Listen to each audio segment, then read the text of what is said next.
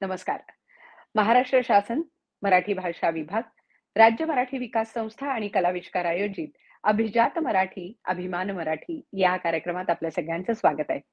मराठी भाषेला अभिजात भाषेचा दर्जा मिळाला, पण हा दर्जा मिळाल्यानंतर खरं तर आपली प्रत्येकाची जबाबदारी वाढली. आपली अभिजात भाषा आजच्याही काळात टिकवून ठेवण्यासाठी सातत्याने त्याच्या प्रचार प्रसाराचे एक वेगळ्या प्रकारचे विचार, वेगळ्या प्रकारचे प्रयत्न हे होणं गरजेचं आहे. आणि हे प्रयत्न केवळ देश पातळीवर होऊन चालणार नाही, तर आंतरराष्ट्रीय पातळीवर सुद्धा याचे प्रयत्न आपल्याला होताना दिसतायत. याच सगळ्या प्रयत्नांचा विचार या कार्यक्रमात आपण करणार आहोत. अभिजात मराठी भाषेच्या प्रचार प्रसारासाठी आंतरराष्ट्रीय पातळीवर होणारे प्रयत्न याविषयीचं आजचं चर्चासत्र आहे. आणि या चर्चासत्रामध्ये आंतरराष्ट्रीय मराठी मंचाचे उपसमन्वयक सहभागी होत आहेत. प्रत्येक देशातले हे उपसमन्वयक त्या देशात नेमकं काय काम करतायत आणि त्यांच्या सोबत आणखी काही मंडळी आहेत की जी या सगळ्या कामामध्ये आपल्या सोबत आहेत. किंबहुना मराठी भाषा पुढे नेण्याचं काम ही सगळी मंडळी करतायत. सगळ्यांचं कौतुक आणि अभिनंदन निश्चित करायला हवं, कारण आपली भाषा आपल्याला पुढे न्यायची आहे. आजच्या चर्चासत्राला सुरुवात करताना या चर्चेत सहभागी होणाऱ्या मंडळींचं स्वागत करूया. सर्वप्रथम जर्मनीच्या उपसमन्वयक शिल्पा गडमडे मुळे यांचं स्वागत करू. शिल्पा, स्वागत आहे. नमस्कार. नमस्कार.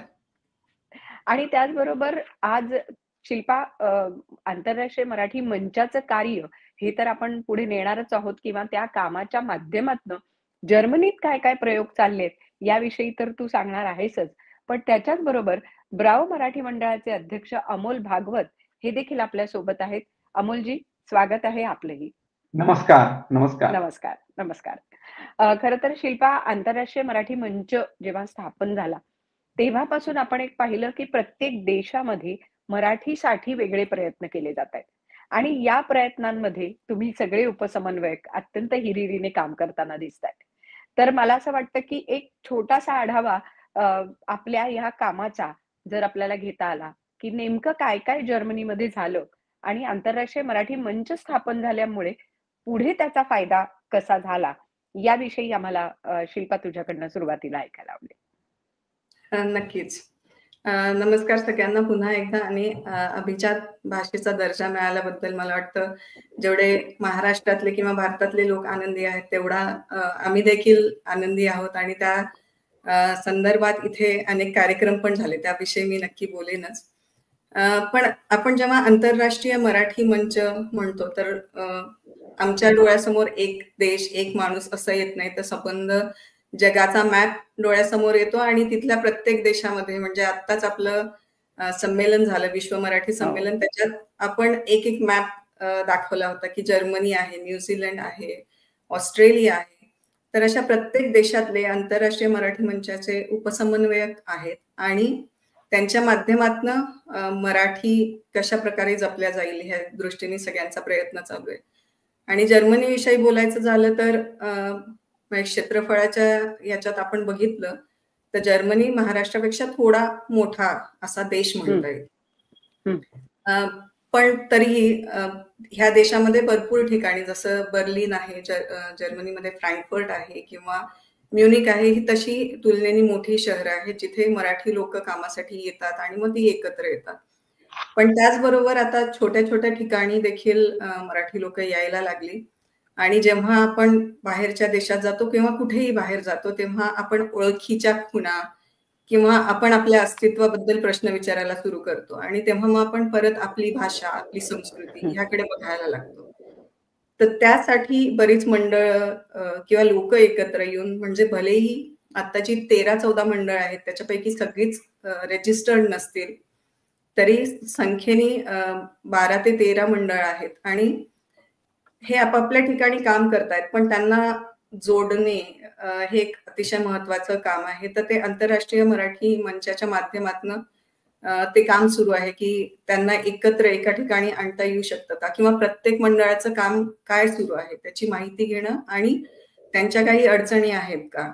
म्हणजे परवाचंच उदाहरण द्यायचं झालं तर मराठी शाळा प्रत्येक मंडळाच्या ठिकाणी नाही आहेत, कारण त्यांना तेवढी मॅन पॉवर किंवा त्या लोकांना तेवढं प्रशिक्षित असलेली पालक मंडळी नाही जी मराठी शिकवू शकतील. पण हे जेव्हा जोडल्या जात आहेत तेव्हा त्यांना दिसतंय की ओके, ह्या ठिकाणी काम चालू आहे आणि इथली ही व्यक्ती आपल्याला मदत करू शकते.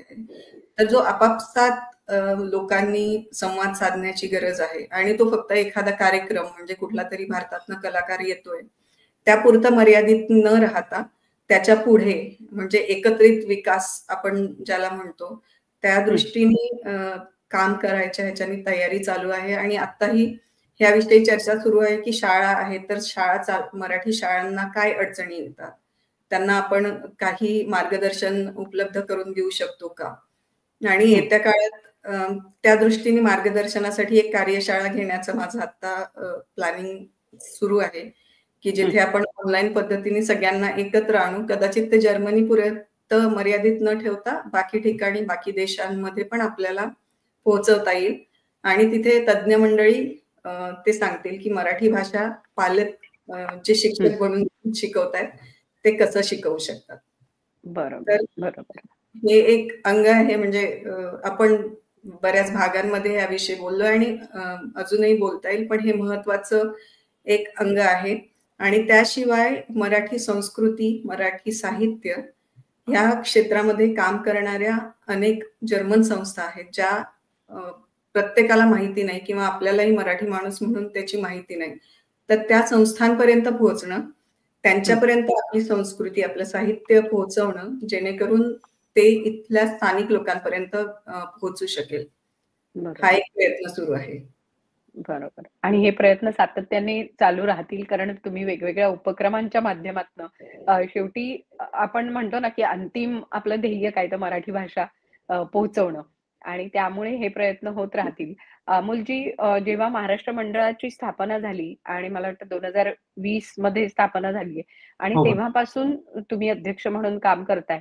तर एक तर आपल्याकडे परदेशात कुठेही महाराष्ट्र मंडळाचं काम जे चालतं ते सगळं आपल्या संस्कृतीला धरून पण चालतं. कारण आपले संस्कार, आपल्या परंपरा, आपले सगळे सण या सगळ्यांना धरून जर आपण केलं तर आपली संस्कृती अधिक उत्तम रीतीने तिथे पोहोचू शकते आणि तसंच काम तुम्ही देखील करता आहात.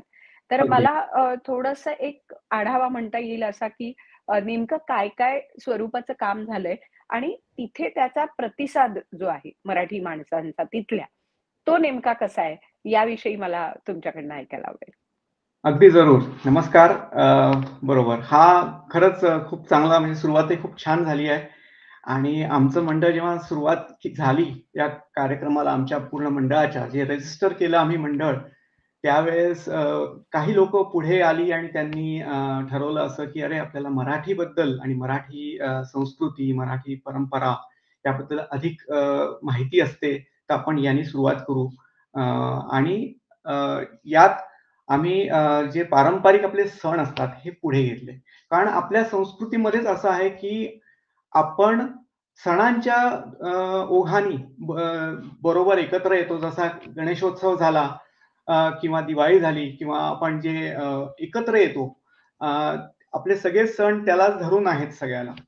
आणि त्यामुळे हे गुढीपाडवा, दिवाळी, गणेशोत्सव, मकर संक्रांती असे किंवा हळदी कुंकू पण असतो आपल्याकडे हा कार्यक्रम जो खास बायकांचा असतो आणि त्या खूप छान एकत्र बसून थोडंसं एक्सचेंज करतात छान आणि मग तिथे मराठीचा संवर्धन अति छान होतं कारण सगळेजण ग्रुप तो जमलेला असतो आणि तो छान सगळं मराठीतून सगळं चाललेलं असतं त्यांचं आणि त्यांनाही समजतं की अरे आपल्याला म्हणजे आपण दुसऱ्या देशात आहोत हे कधी कधी समजत सुद्धा नाही असं.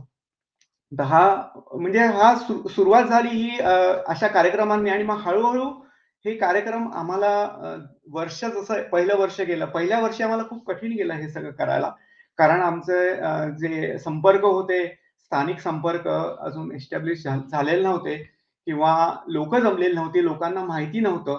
पण जसं जसं पहिलं वर्ष गेलं आणि लोकांना समजलं अरे इथे कार्यक्रम चालतात मग लोक दुसऱ्या शहरातून सुद्धा आमच्याकडे आलेली अजून सुद्धा काही जी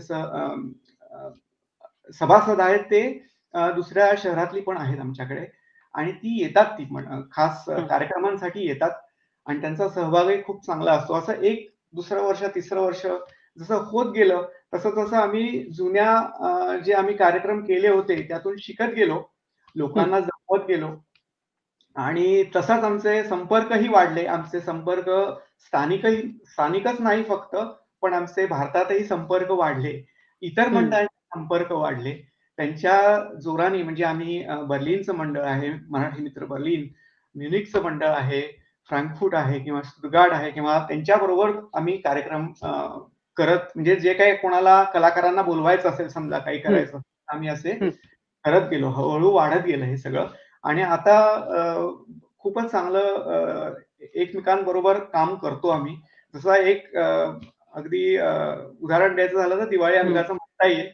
पण ते आपण नंतर साहित्याच्या थोडंसं बोलू पण त्याच्याबद्दल. पण दिवाळी अंकाचं असंच झालंय की जी कल्पना होती ती अगदी सुरुवातीला होती की असं काही करू शकतो आणि आता ती चांगली आली आहे.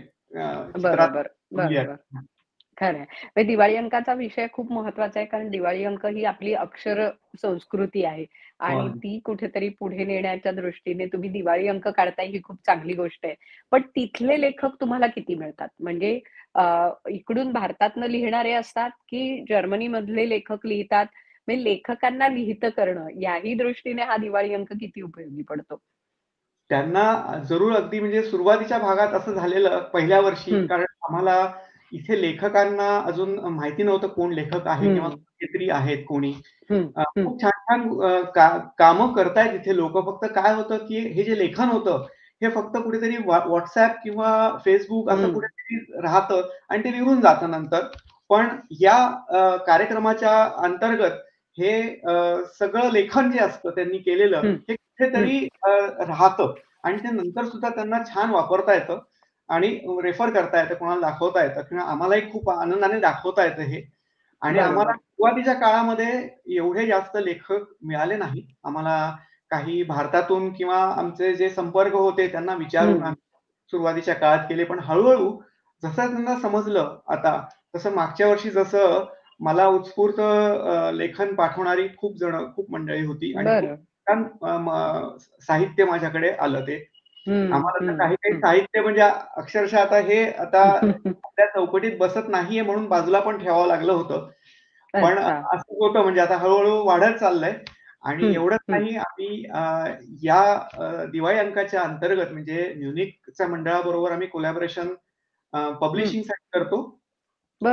आम्ही आता काय झालंय की जसं आमचं मंडळ स्टॅबिलाइज होतंय, हळूहळू स्थिर स्थावर होतंय, तर तसं एक नॉन प्रॉफिट ऑर्गनायझेशन म्हणून काही फॅसिलिटीज अवेलेबल असतात. त्या माहिती नसतात बऱ्याच जणांना. म्हणून मी आता इथे अधोरेखित करून सांगतो की मायक्रोसॉफ्टची आपल्याला जर का नॉन प्रॉफिट असेल ऑर्गनायझेशन तर ग्रँट मिळते आणि त्याच्यात आम्हाला 10 बिझनेस सूटची लायसन्सेस मिळाली. त्यामुळे आम्हाला डॉक्युमेंट्स त्याच्याबरोबर टीम्सचं कम्प्लीट टूल्स सगळं आम्हाला इव्हन डोमेन आणि सगळं मिळालं आम्हाला ईमेल्स वगैरे आणि आम्हाला 2 टेराबाईटची जागा मिळाली आहे.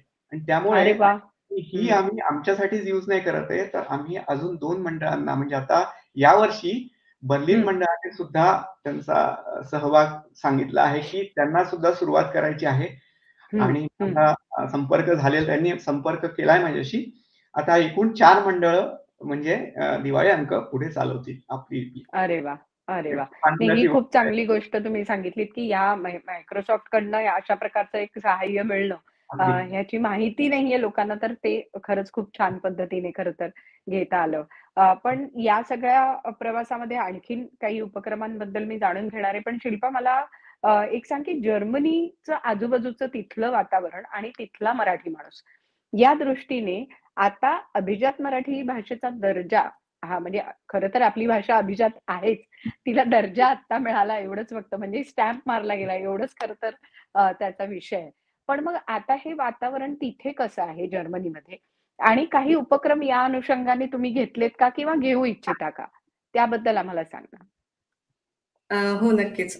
अभिजात भाषेचा दर्जा मी हा कार्यक्रम सुरू व्हायच्या आधी जेव्हा अमोलशी बोलत होते तेव्हा मी म्हटलं की ही आपली गरज आहे की आपल्याला भाषेची नाळ जोडून ठेवायची आहे कारण त्या मार्फतच आपण मातृभूमी असेल किंवा संस्कृती असेल किंवा आपल्या काही आठवणी ज्या इथे येईपर्यंतच्या आहेत किंवा आपले नातेवाईक तिथे राहत आहेत त्या संदर्भाने असतील त्या सगळ्या कुठेतरी ह्या भाषेच्या संदर्भाने जोडल्या आहेत. त्यामुळे तुम्ही म्हणालात तसं की हा एक ठप्पा असला की अभिजात भाषेचा दर्जा मिळालाय, तरी त्यांनी हे जे नातं आहे त्याच्यात काही बदल झालेला नाही. फक्त आता बघण्याच्या दृष्टिकोनामधून जेव्हा येतं, आणि मी हे मागे पण माझ्या एका लेखात नमूद केलं होतं आणि सांगितलं होतं की मी जेव्हा लोकांना भेटते आणि माझी ओळख करून देते की मी शिल्पा, अर्थात इथे जर्मनमध्ये जेव्हा बोलत असते तेव्हा की मी शिल्पा आणि मी भारतातनं आले, तर त्यांचा पुढचा रिस्पॉन्स असा असतो की oh nice to meet you, do you speak Indian? तेव्हा म्हणजे फ्रान्सची फ्रेंच आहे, जर्मनीची जर्मन भाषा आहे, इटलीची इटालियन आहे. त्या ह्याच्यानी लॉजिक त्यांचं हेच असतं की भारतातनं आली आहे तर भारतीय भाषा बोलते. पण भारतामध्ये किती भाषा आहेत आणि मी ज्या भागातनं येते तिथे मराठी भाषा बोलली जाते, आणि जी पहिल्या 10 क्रमांकात आपण जर बघायला गेलं की जगभरात कुठल्या भाषेच्या निमित्ताने किती लोक बोलतात, तर आपण पहिल्या 10 आणि फार फार तर काही आकडे इकडे तिकडे झाले असतील तर पहिल्या 12 मध्ये निश्चितच येतो. तरीही आपल्या भाषेची ओळख म्हणजे मराठी जेव्हा सांगते तेव्हा त्याचं समोरचा माणूस अच्छा मराठी बोलतेस की मराठी बोलतेस असं ते शेवटी 2-3दा सांगितल्यानंतर मराठी, कारण ठ आपल्याकडे स्पष्टपणे बोलतो, तर ते होतं. तर ही भाषा आता आपण भारतीय आहोत, मराठी किंवा वेगवेगळ्या भाषा आहेत, तर ती जाणीव लोकांपर्यंत पोहोचवणं किंवा त्यांना जाणीव करून देणं की वेगवेगळ्या भाषा आहेत आणि त्याचा मग काय म्हणता येईल की काय त्याची स्पेशालिटी आहे किंवा काय त्याच्यातलं गुणधर्म आहे की आपण त्याला अभिजात भाषा म्हणतोय. आणि सगळ्यात उत्तम काम म्हणजे आता जेव्हा या भाषांना दर्जा मिळाला तेव्हा इथल्या कॉन्सुलेटनी पाली, आसामी, बंगाली आणि मराठी ह्या लोकांचे किंवा ह्या समुदायांचे प्रतिनिधी बोलून त्या भाषेचा सत्कार केला की किंवा आनंद केला. आणि तेव्हा वेगळे लोक आपल्या समोर ऑडियन्स म्हणून असतात ज्यांच्यापर्यंत ही माहिती पोहोचते. आणि अभिजात भाषा मिळण्यासाठी खूप सारे क्रायटेरिया होते की ती भाषा कशी असली पाहिजे आणि त्याचा इतिहास कसा असला पाहिजे, तर तो त्या संदर्भातला इतिहास लोकांपर्यंत पण पोहोचवणं गरजेचं आहे. तर ही एक बाजू झाली. आणि दुसरी बाजू जी सुरुवातीपासूनच महत्वाची आहे की इथे मुलं जेव्हा वाढतात तेव्हा घरी मातृभाषेमध्ये बोलणं आणि बाहेर जेव्हा जातात तेव्हा त्यांचा इथली स्थानिक भाषा, कारण शाळा त्याच भाषेत असतात आणि त्यांची मित्रमंडळी किंवा बाहेर वावरण्याचा जो हे म्हणू शकतो आपण एरिया, तो पण इथली स्थानिक भाषा असते. तर ह्या दोघांचा संगम आपल्याला कसा साधता येईल आणि त्या शाळांपर्यंत किंवा इथे जे काही संस्था आहेत त्यांच्यापर्यंत पोहोचता कसं येईल ह्यावर जास्त भर द्यायचा आहे. कारण घरात आपण मराठी बोलतो पण मराठी मग तो उंबरठा घराचा कधी ओलांडणारच नाही का, हा प्रश्न इथे कायम पडतो. आणि आम्ही जर एक कुटुंब म्हणून बाहेर गेलो आणि आम्ही आपापसात भाषा आपली बोलत असलो तर लोक कौतुकाने जरूर विचारतात की तुम्ही कुठली भाषा बोलताय, ऐकायला छान वाटतं आणि मग तुझ्या मुलीला बोलता येतं का, लिहिता येतं का. तर मला वाटतं की हा अतिशय महत्वाचा मुद्दा एक कुटुंब म्हणून पण आहे किंवा मराठी माणसाचं जबाबदारी, आपण आज जबाबदारीबद्दल बोलतोय तर ही एक जबाबदारी आहे की आपली भाषा बाकीच्या भाषांसमोर सोबत देखील नांदू शकते का, आणि ती नांदतेच का. आपणच भारतामध्ये कमीत कमी 3 भाषांमध्ये ऐकत शिकत मोठे झालो आहोत, तर फक्त परदेशात आल्यामुळे कुठेतरी मागे पडू नये ही आपली जबाबदारी आहे. आणि आंतरराष्ट्रीय मराठी मंच म्हणून या दृष्टीने आम्ही नक्कीच काम करू. बरोबर, बरोबर. खरं तर म्हणजे तू म्हणालीस तो खूप महत्वाचा मुद्दा की पूर्ण कुटुंबाने याची जबाबदारी घेणं गरजेचं आहे. आणि जिथे आपण बाहेर जातोय 4 इतर जर्मन लोक आहेत त्यांच्या समोर जर आपण बोललो आणि तर आपली भाषा आणखीन इतर लोकांपर्यंत पोहोचेल, हा खूप महत्वाचा मुद्दा खरं तर आहे. पण या सगळ्या अनुषंगाने मराठी बोलणारी मंडळी म्हणजे आता जशी पुढे मुलं आहेत, जसं शाळांच्या बाबतीत विषय की मराठी शाळा ह्या उत्तम रीतीने चालल्या पाहिजेत, मुलं शाळेत आली पाहिजेत आणि एका दृष्टीने अमोलजी तुम्ही दिवाळी अंक काढताय, तर साहित्यिक पण निर्माण झाले पाहिजेत. हो, या बरोबर. दृष्टीने तुमचा साहित्य कार्यशाळेचा जो उपक्रम आहे, तोही मला खूप स्तुत्य वाटला. तर त्या उपक्रमाविषयी आम्हाला सांगा ना आणि त्याला कसा प्रतिसाद मिळाला? त्यात साहित्य कार्यशाळा अशी आम्ही जी करतो म्हणजे आम्ही आमच्याकडे जे चालतंय कार्यक्रम म्हणजे 1-2 मराठी भाषेच्या कार्यक्रमांमध्ये आम्ही खास करून वाचनाचा भाग घेतला. साहित्य वाचनाचा. त्यात आम्ही ऑनलाईन म्हणजे कोरोनाच्या काळात झाला होता तो कार्यक्रम. ऑनलाईन झाला होता आणि हं. त्याला चांगला प्रतिसाद मिळाला होता. आम्हाला त्या ऑनलाईन कार्यक्रमामुळे एक म्हणजे उपलब्धी अशी झाली, की शिकागोच्या एका सुमित्रा महाजन म्हणून त्या हं. अ, अ, सुमित्रा महाजन मला नाव नक्की माहीत नाही. पण हां, त्या हां. त्या प्राध्यापक आहेत मराठीच्या आणि त्या बरं, त्या कार्यक्रमाला आल्या होत्या. त्यांचं खूप साहित्य बरंच प्रसिद्ध आहे. बरं. अ, हं. तर असं आम्हाला कोणी उपलब्धी मिळाली. पण आता लेटेस्ट असं झालं, की आम्ही सिटीच्या शहराच्या काही कार्यक्रमांमध्ये सुद्धा आमचं साहित्य जे काही वाचनाचं समजा एखादी गोष्ट सांगायची आहे, मराठीतली गोष्ट सांगायची आहे, मराठीतली कविता सांगायची आहे, ती सुद्धा हं, हं. झाली आहे. आम्ही 3 वर्षांपासून अशा शहरातल्या एका कार्यक्रमामध्ये भाग घेतोय. त्याची हं. विशेषता अशी आहे, की या कार्यक्रमामध्ये फारच थोडी-थोडी लोकं असतात ज्यांना लिटरेचर, साहित्याबद्दल जरा असतो, जरा की चांगलं वाटत असतं, त्याबद्दल समजून हं, घ्यायचं हं. असतं. इतर कुठल्या संस्कृतीतलं साहित्य ऐकायची इच्छा असते आणि अशा याच्यात बऱ्याच इतर पण देशातली पण काही-काही मंडळी असतात, जी त्यांचं साहित्य जसं तुर्कस्तानमधली किंवा सीरियनची असतात किंवा इतर मंडळी हं, असतात, हं, ती पण हं, प्रस्तुत करतात आणि त्यात आपलं मराठी साहित्य सुद्धा प्रस्तुत झालं आणि हं. मराठीतून सांगितलं गेलं.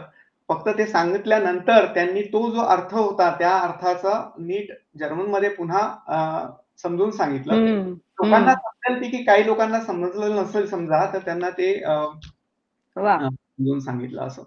तर वाह! हा असा प्रकारचा आम्ही साहित्याचा कार्यशाळा जी असतो, त्यात आम्ही भाग घेतो असं. आणि एक एक फार महत्त्वाची गोष्ट अशी आहे याच्यामध्ये, हं, की हं. जेव्हा आपण मंडळ म्हणतो, तेव्हा लोकं जमतात, सभासद जमतात, आपल्यात कार्यक्रम होतात. पण तेवढंच पुरेसं नाहीये. हां. आपल्याला जर का आपली भाषा इथे पसरवायची, द्यायची असेल पुढे, तर आपल्याला इथल्या स्थानिक कार्यक्रमांमध्ये भाग घेऊन हं, त्यांच्या पुढे हं, आपली प्रस्तुती करावं लागेल. हं. केली तर चांगली असेल. हं. आणि हाच एक उल्लेख मी असा करू इच्छितो, की आम्ही मागच्या 3 वर्षांपासून ब्राउन्शवाईग इंटरनॅशनल हा फेस्टिव्हल होतो. शहराचा असतो, पूर्ण सिटीचा असतो ओके, ओके. आणि त्याच्यात जवळपास 3 ते 5,000 लोकं येतात बघायला तो अरे फेस्टिव्हल. वाह! हां, हां. आणि त्या पहिल्या वर्षी कोरोनाच्या काळात जरासा त्यांना परत सुरू केल्यावरती फेस्टिव्हल सुरू केल्यावरती थोडासा प्रॉब्लेम होता, की लोकांना हं, कसं समजेल, की हा फेस्टिव्हल आता सुरू झालाय. तर मी हं. हात वर करून सांगितलं, "मी ढोल ताशेचा आणतो ग्रुप अरे माझा वाह!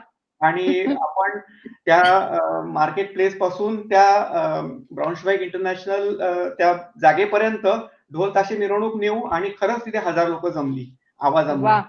वाह! आणि वाह! तो इतका हिट झाला तो, की आम्ही आता 3 वर्षांपासून ढोल ताशेचं ओपनिंग करतोय. आम्हालाच मिळतंय ते ओपनिंग करा, तुम्हीच करावं. वाह! आणि वाह! त्यामुळे ह्या संस्कृतीची अशा प्रकारे आपण ओळख करून दिली आणि त्यामुळे ते लोकांना आवडली आणि ते त्यांनी अडॉप्ट खरं आहे. केलं. आणि हे आम्हाला खूप छान वाटतं आणि आम्ही त्यात इंटिग्रेट झालोय, की आम्ही बरोबर काम करतो सगळे. आमच्याकडे नुसतंच हं, ढोल ताशाची मिरवणूक नाही, पण त्यात स्टेज शो असतो. त्याच्यात आमची पार्टनरशिप झाली सिटीशी. हं, हं, त्यात आम्ही स्टॉल ठेवतो. स्टॉलवरती आपले भारतीय वडापाव वगैरे, वगैरे सगळे विकायचं वगैरे पण हं. चालतं. असं सगळं म्हणजे छान खाद्य संस्कृती सुद्धा खाद्य पोहोचते त्या संस्कृती दृष्टीने. सुद्धा प्रस्तुत झाली आपली बरोबर, आणि आवडतं बरोबर. सगळ्यांना स्टॉल हिट असतो आमचा. हं, हं. आता मराठी भाषेला अभिजात भाषेचा दर्जा मिळाल्यानंतर पुढे काय? हा जो मुद्दा आहे. तर त्या दृष्टीने अमोलजी पुढच्या काळात काही उपक्रम असे लाईन अप तुम्ही केले आहेत का? किंवा काही त्याचा विचार केला आहे का? किंवा अगदी काय मला करायची इच्छा आहे? हं, हं. अगदी मला आवडेल या विषयावरती. कारण काय झालं, की हां. आमचं मराठी मंडळ म्हणून पहिल्यापासून आमचा जोर होता, की मराठीसाठी शाळा किंवा त्या संदर्भात काही करायचं होतं. दिवाळी अंक तर चालू झालेलाच होता. 3-4 वर्ष बरोबर. चालू झालेलाच आहे आता.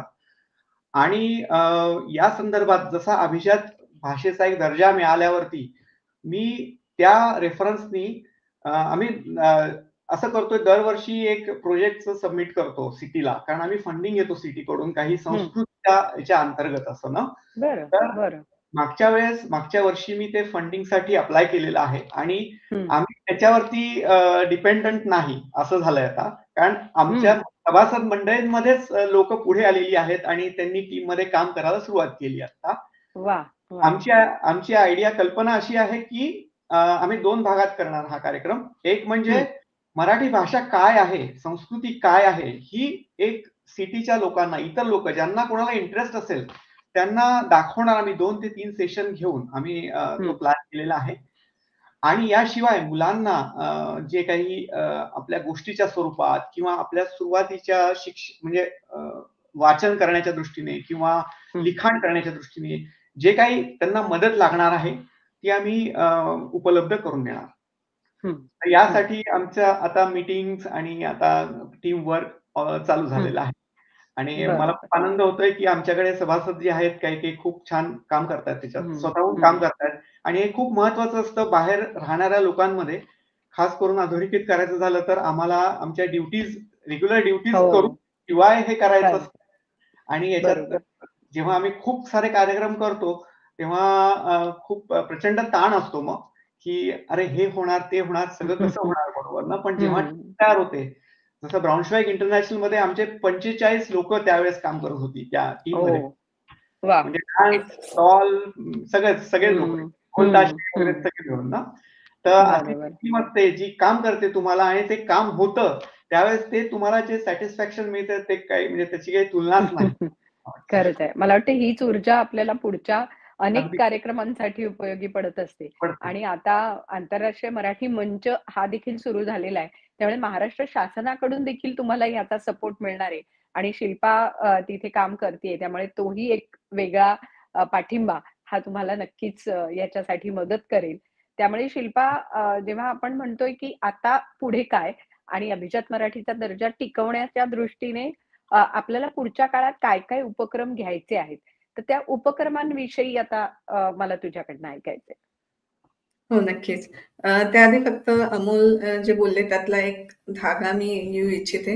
ब्राउन्शवाईग इंटरनॅशनल फेस्ट बद्दल त्यांनी म्हटलं, तसं इथे प्रत्येक ठिकाणी म्हणजे प्रत्येक शहरामध्ये वेगवेगळ्या ठिकाणी फेस्ट होतात आणि इथला समाज बऱ्यापैकी मल्टी कल्चरल किंवा बाहेरच्या देशातनं लोक आलेली आहे. म्हणजे तुम्ही इथनं जेव्हा रस्त्यावरून जात असाल तर एक 10 भाषा वेगवेगळ्या तुमच्या कानावर पडणं ही काही वेगळी किंवा नवीन गोष्ट नाही. त्यामुळे इथे पण म्हणजे फ्रँकफर्टमध्ये देखील इंडियन फेस्ट म्हणून फ्रेंड्स ऑफ इंडिया, ज्यामध्ये सगळ्या म्हणजे भारतातल्या सगळ्या भागातनं आलेल्या ज्या कम्युनिटीज आहेत किंवा मंडळ आहेत त्यांनी एकत्र येऊन आणि कॉन्सुलेटच्या सोबतीने असा 3 दिवसाचा कार्यक्रम दरवर्षी करतात. मध्ये करोनामुळे त्यात खंड पडला होता. आणि भारताची खाद्य संस्कृती, नृत्य संस्कृती किंवा एकंदर जो पूर्ण आपण म्हणू शकतो की पट आहे तो असा उलगडून दाखवला जातो आणि त्याला सगळे लोक येतात. आज जसं ब्रावोचे अमोल इथे आहेत त्याचप्रमाणे आपल्याकडे सुरुवातीच्या स्लाइड मध्ये दाखवलं होतं की स्टुटगार्ट आहे, म्युनिक आहे, फ्रँकफर्ट आहे, अशी भरपूर मंडळ काम करतायत. आणि त्यांना आता भाषेच्या संदर्भाने पण त्यांना ह्याची जाणीव आहे की आपल्याला ही भाषा पुढच्या पिढीच्या हाती द्यायची आहे. तर त्यासाठी आंतरराष्ट्रीय मराठी मंच जेव्हा अभिजात भाषेसाठी आपण काय करू या दृष्टीने विचार करतोय, तेव्हा महाराष्ट्र शासनाच्या मदतीने आपण हे जे पालक मराठी शिकवतात त्यांना मार्गदर्शन कशा पद्धतीने देऊ शकतो हे महत्वाचं आहे. आणि मगाशी म्हटल्याप्रमाणे की आपली मराठी घराच्या उंबरठ्या बाहेर पडली पाहिजे आणि इथे स्थानिक लोकांमध्ये मिसळली पाहिजे.